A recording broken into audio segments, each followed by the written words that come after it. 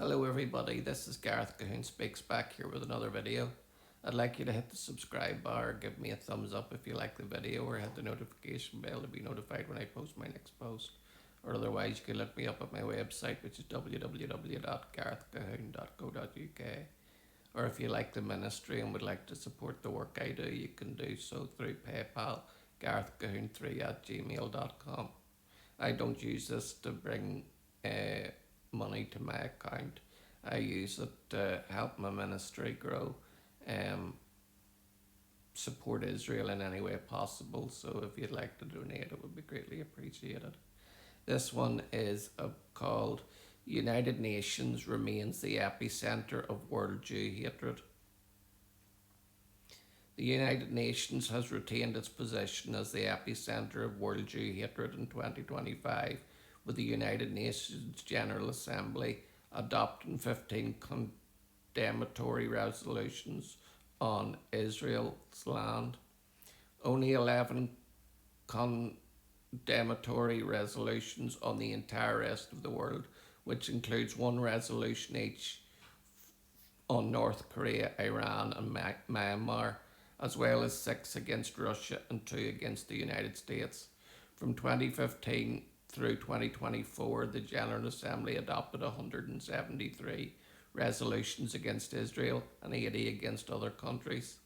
This denigration of Israel has been increasing since the Obama-Biden administration abstained rather than vetoed Security Council Resolution 2334, adopted on 23rd of December 2016, reiterating the Security Council's vision of a region where two democratic states, Israel and Palestine, live side by side in peace and within secure and recognised borders, reaffirming that establishment by Israel of settlements in the Palestinian territory occupied since 1967, according to the UN, not with the rest of the world, including East Jerusalem, has no legal validity and constituted a flagrant violation under international law, they say, and a major obstacle to achievement of the two-state solution, the two-state delusion, they mean, and a just and lasting and comprehensive peace,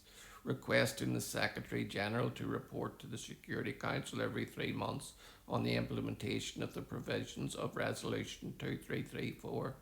Obama and Biden's abstention on Resolution 2334 has allowed it to be used as a battering ram of the last 9 years by the UN Secretary General Antonio Guterres in his quarterly reports to the Security Council to falsely misrepresent that Israel has no right to reconstitution the Jewish national homeland in Judea and Samaria, which is named after the Jews and the Sumerians, which were Israeli people. Although such right has been legally sanctioned and authorised by Article 6 and 25 of the League of Nations, the mandate for Palestine in 1922, and preserved by Article 80 of the United Nations' own Charter in 1945. This Jew hatred at the UN has been further fuelled since the Security Council adopted Resolution 2735 on June 10th, 2024, drafted by Biden and Harris administration, calling for the unification of Gaza and the West Bank under the Palestinian Authority. The Trump administration called out to the United Nations in Executive Order 149199, dated the 4th of February 2025, withdrawing the United States from the ending funding to certain United Nations organisations and reviewing United States support to all international organisations. The United States helped found the United Nations after World War II to prevent future global conflicts and promote international peace and security, but some of the UN agencies and bodies have drifted from this mission and instead act contrary to the interests of the United States, while attacking our allies and propagating anti-Semitism, as in 2018 when the United States withdrew from the UN Human Rights Council. The United States will re-evaluate our commitment to these institutions.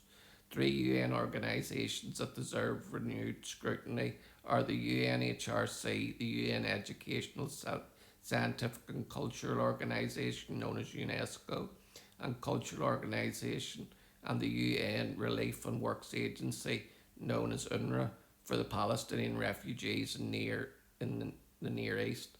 UNRWA has reportedly been infiltrated by members of the groups long designated by the Secretary of State Secretary as foreign terrorist organisations, and UNRWA and employees were involved in the October 7, 2023 Hamas attack on Israel. The UNHRC has protected human rights abusers by allowing them to use the organisation to shield themselves from scrutiny, while UNESCO has demonstrated failure to reform itself, has continually demonstrated anti-Israel sentiment over the past decade, and has failed to address concern over mounting fears. On 22nd of July 2025, America announced it was withdrawn from UNESCO. On the 7th of January, President Trump signed a presidential memorandum directing the withdrawal of the United States from 31 United Nations entities.